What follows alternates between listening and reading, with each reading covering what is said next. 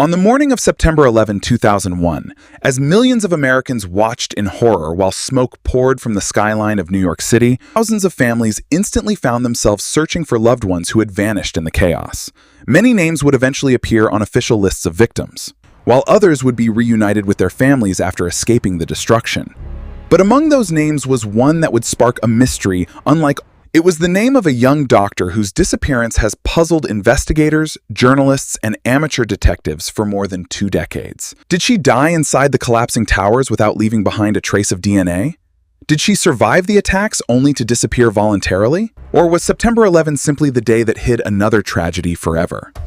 This is the mysterious case of Sneha Philip. Before her life became connected to a case that captured widespread public attention, she was simply a young professional building a promising future. Born in India and raised in a close-knit family that valued education and hard work, Sneha excelled academically from an early age. Her parents immigrated to the United States seeking better opportunities for their children, and those sacrifices seemed to pay off as Sneha pursued medicine with determination and intelligence. Friends remembered her as charismatic, energetic, and deeply compassionate toward patients. She possessed an adventurous personality, loved art, enjoyed exploring New York City, and had a magnetic presence that often drew people toward her.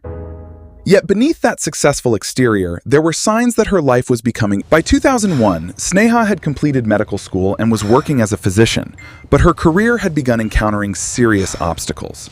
She had been placed on administrative leave from her hospital residency after several incidents involving alcohol-related concerns and attendance issues. Although none of these problems erased her talent as a physician, they created stress that weighed heavily on her personal and professional life. Her marriage to Ron Lieberman, another physician, appeared loving in many ways, but like many young couples balancing demanding careers, they faced pressures that outsiders rarely saw. They lived together in a stylish apartment located at. It was a neighborhood that offered spectacular views of the towers, bustling streets, and the excitement of downtown New York. No one could have imagined that this apartment would soon become the center of one of the most debated missing person cases in American history. The day before the attacks began like many others. On Monday, September 10, 2001, Sneha spent much of the day running errands around Manhattan. Surveillance cameras captured what investigators believe was her last confirmed appearance. During the afternoon, she visited the famous Century 21 department store, located directly across from the World Trade Center. The shopping trip seemed ordinary. She purchased clothing, shoes, lingerie, bed linens, and several household items totaling several $100s. The footage showed her browsing calmly through the store with shopping bags in hand, appearing completely unaware that history was only hours away from changing forever. Those bags would later become one of the biggest mysteries in the investigation because they were never recovered. If Sneha returned home after shopping, where did the purchases go? If she never made it home, what happened to everything she bought? These seemingly small questions would become central pieces of an enormous puzzle. According to available records, after leaving Century 21 around 7 p.m., Sneha's movements become increasingly difficult to reconstruct. She reportedly called her mother that evening and mentioned plans that sounded entirely routine. Nothing in the conversation suggested fear, distress, or intentions of disappearing. She simply sounded like herself. Because both were physicians with unpredictable schedules, it wasn't unusual for them to spend evenings apart. Ron later said he expected Sneha to be home when he returned after midnight. Instead, when he unlocked the apartment door, he found it empty. At first, there was little reason for concern. Sneha sometimes stayed overnight with friends, particularly female friends she had met through work and social circles. Her independent personality meant that occasional unexpected absences were not completely out of character. Ron assumed she would return the next morning, but morning would bring events that changed everything forever. At 8:46 a.m. on September 11, minutes later, people throughout Lower Manhattan were running through streets covered in smoke, ash, broken glass, and confusion. Emergency responders rushed toward the burning buildings while terrified office workers desperately searched for escape routes. When Ron heard about the attacks while working at the hospital, his first instinct was to worry about his wife. As a physician, he also knew hospitals would. Communication systems quickly became overloaded, making phone calls nearly impossible. Like thousands of New Yorkers, Ron had no way of immediately confirming what. The uncertainty that gripped the city also gripped him personally. Hours passed. The towers collapsed, Manhattan transportation shut down, and normal routines disappeared overnight. Under such extraordinary circumstances, many missing person reports were delayed because loved ones hoped relatives would simply appear once communication systems recovered. Initially, Sneha's absence did not seem unique. Countless people remained temporarily unaccounted for during those first terrifying days. Yet as the hours turned into days, something became increasingly disturbing. Sneha never came home. Her phone remained silent. Her credit cards showed no activity after September 10. Her bank accounts remained untouched. None of her friends admitted to seeing her after the shopping trip. There was no confirmed witness placing her anywhere on September 11. The woman who had been captured on surveillance video just hours before America's worst terrorist attack had seemingly vanished from existence. Detectives immediately faced an impossible challenge. Did Sneha die during the attacks? Or had she disappeared independently before the attacks even began? The distinction mattered enormously because the attacks destroyed an unimaginable amount of physical evidence. If Sneha entered the World Trade Center on September 11, recovering proof would be extraordinarily difficult. More than 1,100 victims of the attacks were never identified through remains because the destruction was so complete. DNA evidence was limited. Fires burned for months beneath the rubble, and many victims simply left behind no recoverable trace. Therefore, the absence of physical evidence could not automatically eliminate the possibility that Sneha died in the towers. At the same time, investigators struggled with another equally plausible possibility.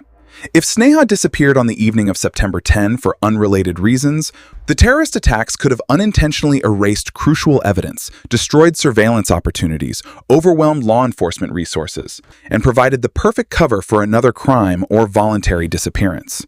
Few missing person investigations have ever begun under circumstances. As detectives retraced Sneha's final known movements, they uncovered aspects of her personal life that added further complexity. Several colleagues described ongoing professional difficulties stemming from disciplinary actions at work.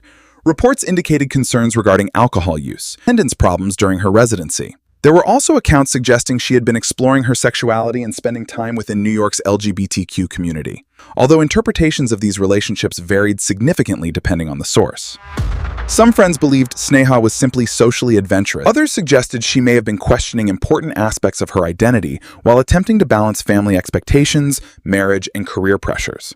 These details fueled intense public speculation, but investigators never established that they directly explained her disappearance. Meanwhile, Ron consistently maintained that despite their ordinary marital disagreements, there was no indication Sneha planned to abandon her life. Her personal belongings remained inside the apartment. Her passport stayed behind. Her finances showed no preparation for starting over elsewhere. Nothing suggested careful planning. As media attention increased, one theory quickly gained popularity. Because Sneha possessed medical training, some believed she instinctively ran toward the burning towers after witnessing the attacks, hoping to help injured victims. It certainly matched the image many people wanted to believe about a compassionate young doctor. Several eyewitnesses later claimed they remembered seeing a woman resembling Sneha near the World Trade Center during the morning chaos. One person reportedly believed they saw her entering the South Tower after the North Tower had already been struck. Another witness described a woman fitting a similar appearance assisting injured individuals outside the buildings. Yet none of these accounts could ever be conclusively verified. Human memory, especially during traumatic events, is notoriously unreliable. Thousands of frightened people experienced overwhelming sensory overload that morning, making mistaken identifications entirely possible. Nevertheless, the possibility that Sneha died heroically while trying to save strangers became one of the most emotionally powerful narratives surrounding the case. Her family strongly embraced this theory, believing it best explained why every trace of her vanished after September 10. They argued that Sneha's compassionate personality made it entirely believable she would rush toward danger instead of running away. Her parents refused to believe she voluntarily abandoned them without explanation. To them, the absence of evidence was it placed Sneha inside or immediately around the World Trade Center on September 11. The last indisputable evidence remained the Century 21 surveillance video from the previous evening. That gap of nearly 14 hours became the central mystery. What happened after she left the store? Did she meet someone? Did she return home? Did she spend the night elsewhere? Every unanswered question seemed to point investigators in multiple directions simultaneously. The missing shopping bags only deepened the uncertainty. Why were the newly purchased items never found inside the apartment? If she spent the night with someone else, who was that person and why did no one ever come forward? If she encountered foul play unrelated to the attacks, where was the crime scene? And if she intentionally disappeared, how did she accomplish it so completely without using money, identification, or transportation records? As detectives struggled to answer those questions, another unsettling realization emerged. The tragedy of September 11 had unintentionally buried countless investigative leads beneath one of the largest criminal investigations in American history. Surveillance recordings from nearby businesses were lost. Witnesses became impossible to locate. Emergency resources shifted toward terrorism, and thousands of unrelated investigations throughout New York experienced delays. If Sneha disappeared for reasons unrelated to the attacks, she may have become one of the only missing persons whose case was permanently overshadowed by a national catastrophe. That possibility transformed her disappearance from a local mystery into one of the most haunting, unresolved cases in modern American history. Because every theory seemed possible, every timeline contained unexplained gaps, and every answer appeared forever trapped beneath the smoke, dust, and devastation of a single unforgettable morning. As investigators dug deeper into the disappearance of Sneha Philip, they quickly realized every witness interview seemed to introduce another contradiction. Every piece of evidence raised new questions, and every theory appeared just believable enough to keep the mystery alive. The first priority was reconstructing Sneha's final hours after she walked out of Century 21 on the evening of September 10, 2001. Security footage clearly showed her carrying several shopping bags filled with newly purchased clothes, shoes, lingerie, and household items worth hundreds of dollars. But after leaving the store, the trail went completely cold. There were no confirmed surveillance recordings showing her entering her apartment building, no taxi receipts, no subway records placing her somewhere else, no restaurant receipts, and no verified phone calls after speaking with her mother earlier that evening. In a city that never seemed to stop moving, one unexplained disappearance stood apart for the scarcity of confirmed evidence, deepening the mystery with every passing year.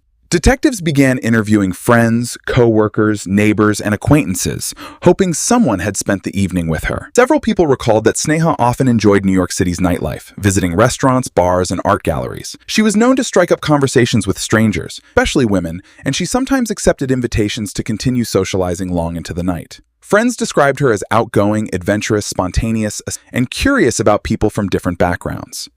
Those characteristics made it entirely possible that after finishing her shopping trip, she met someone new and decided to spend the evening elsewhere. However, despite hundreds of interviews, no one could definitively identify themselves as the last person to see Sneha. Investigators even explored whether she may have checked into a hotel with another individual, but no records produced a convincing lead.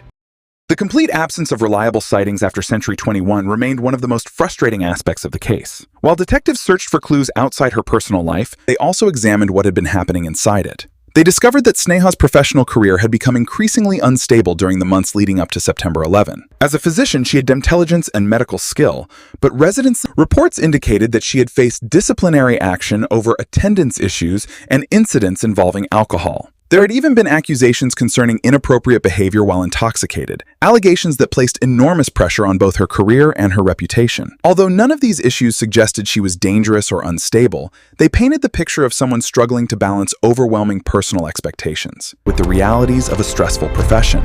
Some investigators wondered whether these career setbacks could have pushed Sneha toward making a drastic decision, perhaps leaving New York voluntarily to escape mounting pressure. But almost immediately, that theory encountered serious problems. Sneha left behind virtually everything needed to begin a new life. Her passport remained at home. She made no withdrawals from her bank accounts. Her credit cards were never used again after September 10. She left behind personal belongings, family photographs, medical records, and professional documents. Friends and relatives insisted she had never spoken about abandoning her family or starting over somewhere else. In fact, those closest to her described someone who remained deeply connected to her parents and siblings despite occasional disagreements. Voluntary disappearances almost always leave behind at least small traces of preparation, whether financial activity, transportation records, or communication with trusted individuals. In Sneha's case, investigators found none. Another aspect of the investigation centered on her marriage to Ron Lieberman. Public attention often focused on spouses in high-profile disappearances, and this case was no exception. Detectives carefully examined Ron's timeline, interviewed co-workers, and reviewed his activities on September. His hospital schedule placed him at work during the crucial hours of Sneha's disappearance, and investigators found no evidence linking him to any crime. Friends described their marriage as generally loving, although like many couples juggling demanding medical careers, they experienced ordinary disagreements and periods of stress. Some reports suggested that Sneha's growing independence and active social life occasionally caused tension, but investigators never uncovered credible evidence, indicating domestic violence or a motive for foul play within the marriage. Ron cooperated extensively with investigators and remained Meanwhile, detectives pursued another possibility that continued generating headlines. Several friends acknowledged that Sneha had become increasingly involved in New York's LGBTQ social scene. Some believed she was questioning her sexual identity, while others argued she simply enjoyed spending time within diverse communities without any deeper significance. Rumors spread that she occasionally flirted with women, stayed overnight with female friends, or explored relationships outside her marriage. Because these reports emerged after her disappearance, they fueled endless speculation in newspapers, documentaries, online forums, and television specials. Yet separating verified facts from rumor proved incredibly difficult. Many claims relied on secondhand accounts rather than direct evidence. And investigators never established that Sneha had a secret relationship or intended to leave her husband for another partner, creating two competing images of the same woman. One portrayed Sneha as a compassionate physician who heroically rushed toward disaster to save strangers. The other depicted a woman quietly struggling with identity, career setbacks, and personal conflicts who may have chosen to disappear before tragedy struck. The truth may have existed somewhere between those extremes, or perhaps somewhere else entirely. As weeks turned into months, investigators revisited the theory that Sneha had died in the World Trade Center attacks. Her family remained convinced this explanation best fit the available evidence. They pointed out that Sneha lived only blocks from the towers and possessed extensive medical training.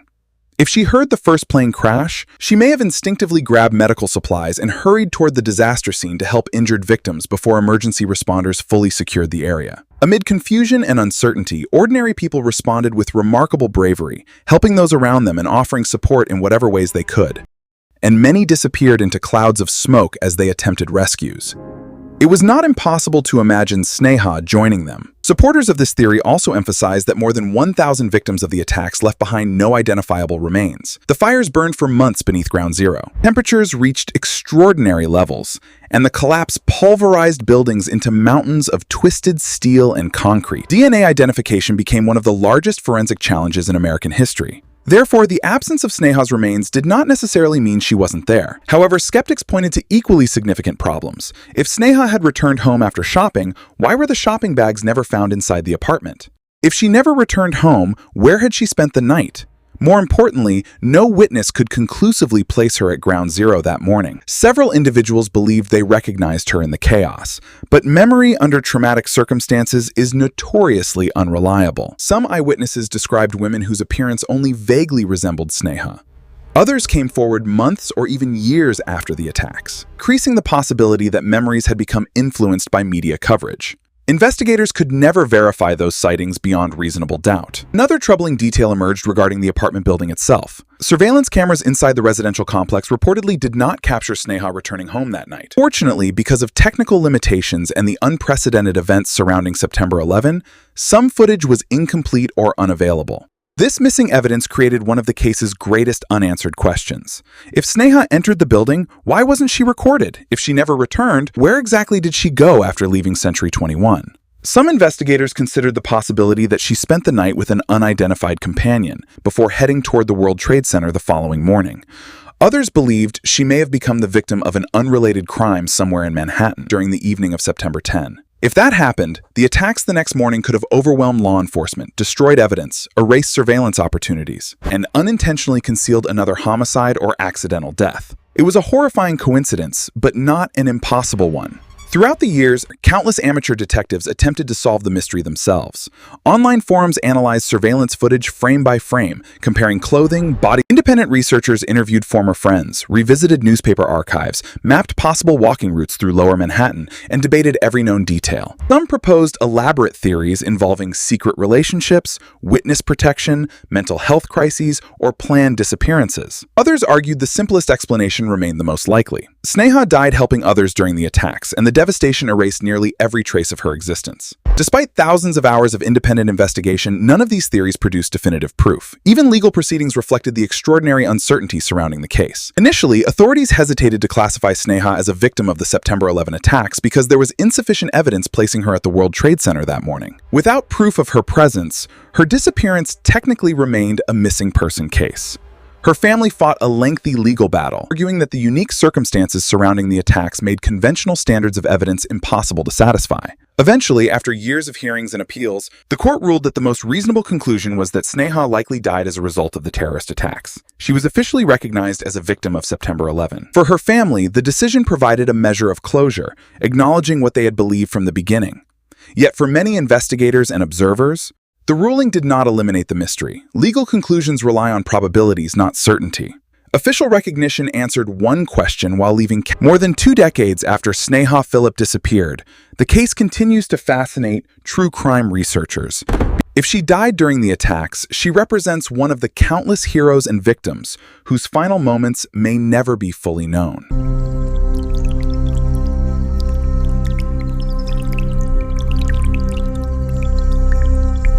If she disappeared before the attacks for unrelated reasons, then September 11 became the perfect storm that permanently erased the evidence needed to solve another crime. Either possibility is heartbreaking, and neither has been conclusively proven. The unanswered questions remain as haunting today as they were in September 2001. Who was the last person to speak with Sneha after she left Century 21? Where did she spend the night? What happened to the shopping bag she carried only hours before history changed forever? Did someone accompany her during those missing 14 hours?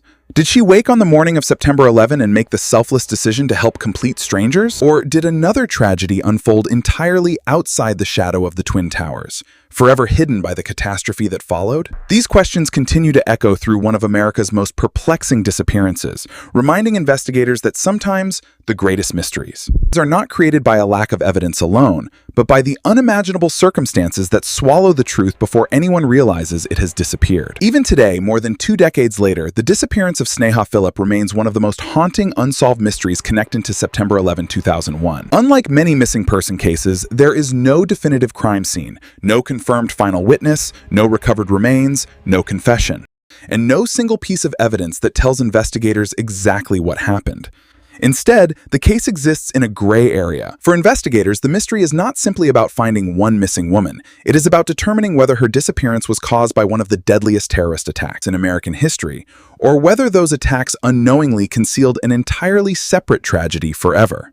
As years passed, advances in forensic science led to repeated efforts to identify victims from ground zero. Thousands of tiny bone fragments and personal effects recovered from the site were subjected to increasingly sophisticated DNA testing. Every technological breakthrough offered renewed hope to families still waiting for answers. Some victims who had remained unidentified for years were finally named through improved DNA analysis. Yet despite these advances, for some people this strengthens the argument that she never reached the World Trade Center. For others, it changes nothing. More than 1,000 victims of the attacks have never been identified, proving that the absence of DNA cannot rule out her presence that morning. The evidence remains frustratingly balanced between several retired investigators have admitted that if the September 11 attacks had never occurred, Sneha's disappearance would likely have been investigated very differently. Detectives would have had immediate access to surveillance footage from surrounding businesses, transportation systems, hotels, and nearby streets. Witnesses could have been interviewed before memories faded. Police resources would not have been consumed by the largest criminal investigation in American history. Every hour after a person disappears is critical, but in Sneha's case, those crucial hours were swallowed by a national catastrophe toward rescue operations and terrorism investigations. If she became the victim of foul play on the evening of September 10, investigators may have lost. Public interest in the case has never completely faded. Documentaries, podcasts, newspaper investigations, and online communities continue to revisit the mystery, each attempting to reconstruct Sneha's final hours. Some researchers believe she spent the night with an unidentified companion who has never come forward. Others believe she returned to her apartment before leaving again early the next morning. Some remain convinced she instinctively rushed toward the burning towers to help the injured. Another group believes she may have encountered violence unrelated to the attacks. Despite thousands of pages of investigative files and years of public discussion, none of these theories has been supported by enough evidence to close the case with certainty. Perhaps what makes Sneha Philip's story unforgettable is that every theory contains both compelling evidence and significant weaknesses. If she died at ground zero, there is no proof placing her there. If she disappeared voluntarily, there is no evidence she prepared to leave. If she became the victim of a crime, there is no body, no suspect, and no identifiable crime scene. Every possible explanation leaves behind unanswered questions that refuse to disappear. For her family, however, the mystery has never been about theories. It has always been about the daughter, sister, and wife they lost. They have consistently maintained that Sneha was a compassionate physician who would never ignore people in desperate need. They believe she saw the attacks unfolding, ran toward the disaster to help strangers, and never returned. Whether history ultimately proves them right or not, that belief has given them a sense of peace that no investigation ever could.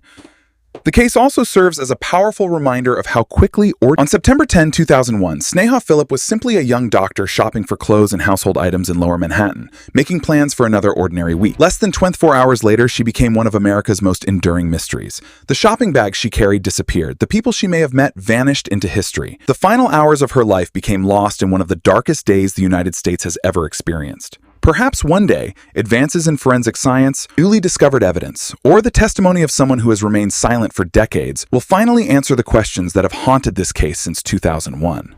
Until that day comes, Sneha Philip's disappearance will remain a mystery suspended between fact and speculation, between tragedy and coincidence. What do you believe happened to Sneha Philip?